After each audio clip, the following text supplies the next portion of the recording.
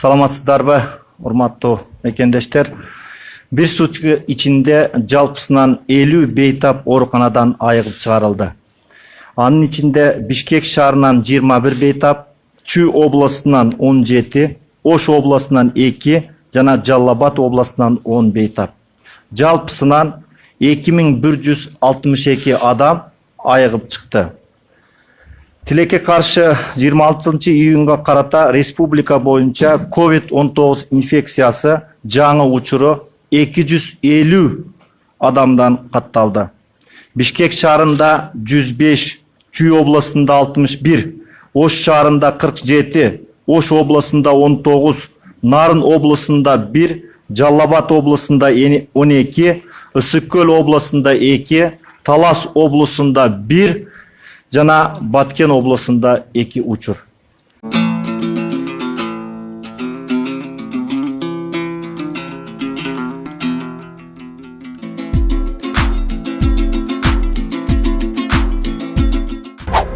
Бүгүн 26 июнга карата Кыргызстанда дагы 250 адамдын анализинен коронавирус инфекциясы аныкталды.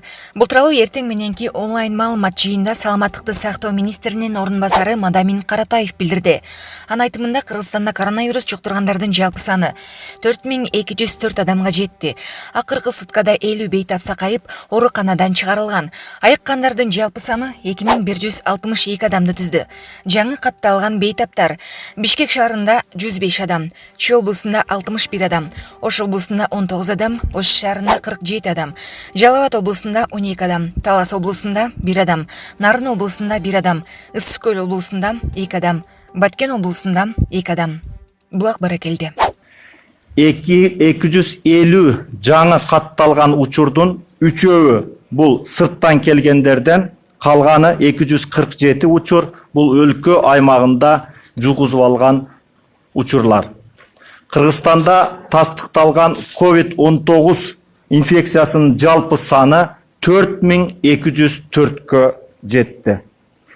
Анын ичинде Жалал-Абад облусунда 269, Ош облусунда 429, Ош шаарында 500, Чүй облусунда 587, Бишкек шаарында 1552, Баткен облусунда 48, Нарын облусунда 464, Ысык-Көл облусунда 76, Талас облусунда 39 учур, Сол Илецкийден келгендер 119, Россия Федерациясы курсанттар 100, жана Кыргызстан жарандары Россиядан келген 21 учур.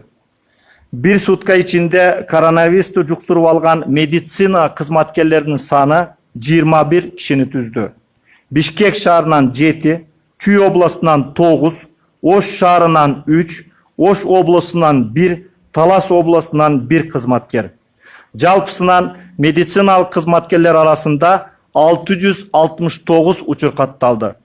Алардын ичинен бир сутканын ичинде 7 медициналык кызматкер ооруканадан айыгып чыгып, жалпысынан 403 медициналык кызматкер ооруканадан сакайып чыкты. Бүгүнкү күндө ооруканада 633 адам жатат.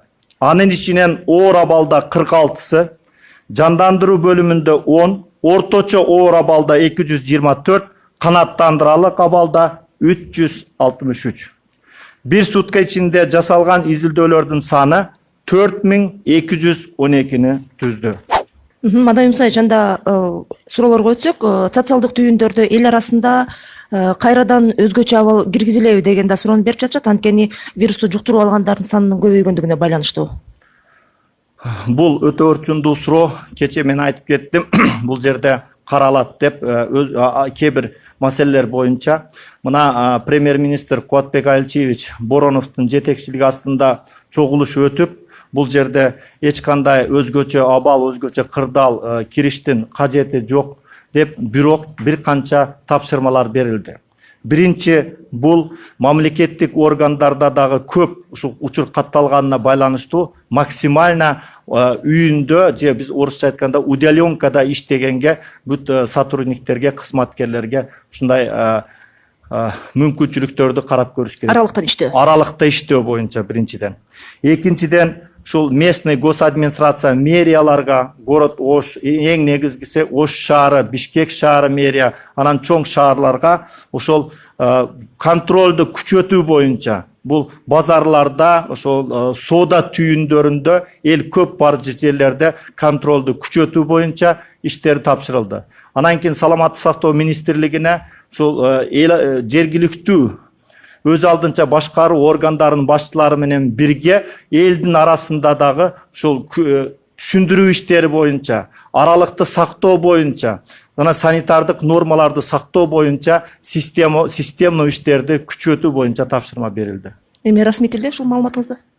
Эми мен бул протокол боюнча тапшырма, эми ал бизде бар эле бул чаралар, иш-чаралар бар. Шуну күчөтүү боюнча эми ар кандай штабта ар кандай тапшырма берилет. Бул боюнча өтө катуу тапшырма берилди. Бул боюнча биз жооп беребиз. Бул боюнча аткарылып аткан иштер боюнча маалымат берип турабыз.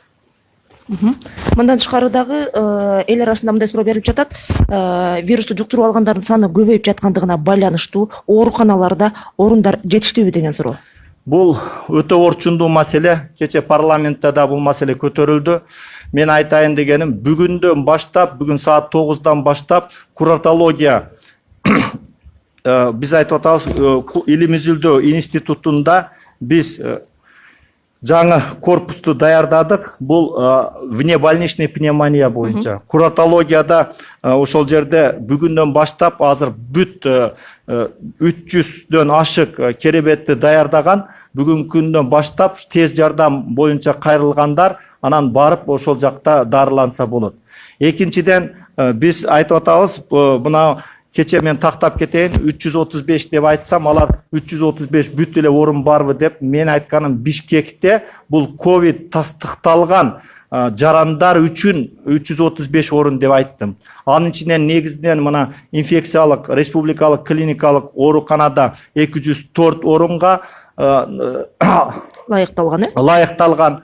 Кыргыз-Түрк достук ооруканасында 71 орунга лайыкталган, жана 6-чы клиникалык шаардык ооруканада 60 орунга лайыкталган. Бул тастыкталган боюнча. Анан да бир өзгөчөлүк, мына бүгүндөн баштап биз Gen Expert методу боюнча ушул ПЦ методу боюнча ковид, эгерде ковидти тастыктоо боюнча жаңы ыкма кирип атат лаборатория. Эгер уруксат болсо мен айтып кетейин, бул жерде мына 2 аппарат Gen Expert, бул улуттук референс лабораториясы улуттук фтизиатрия борборунда коюлат дагы. Ал бүгүндөн баштап иштей баштайт. Ал жерде биз 1 сааттын ичинде 8 адамдан анализ алынат. Бул жерде дагы бир нерсе 99%га чейин бул жерде аныкталганы или погрешность деп эсептейбиз.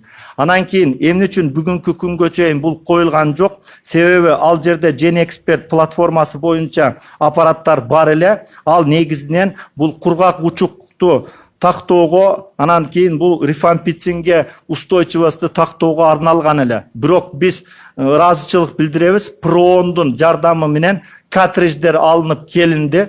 Картридждер ошол түштү. Мына бүгүнкү күндө 6550 картридж бар. Ал 6550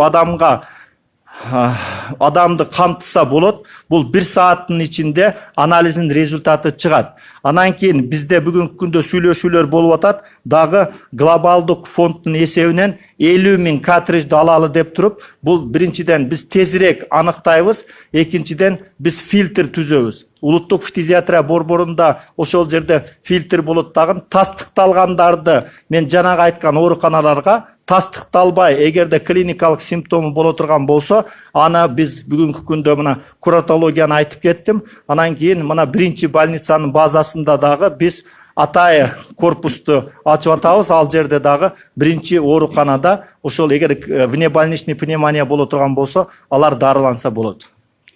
Эгер мүмкүн болсо, Gen Expert боюнча расмий тилде дагы маалымат берип койбойсуздарбы? Уважаемые коллеги, я скажу, новый метод Gen Expert, но до этого было. В основном оно проверяло выявление на туберкулез и чувствительность рифампицину.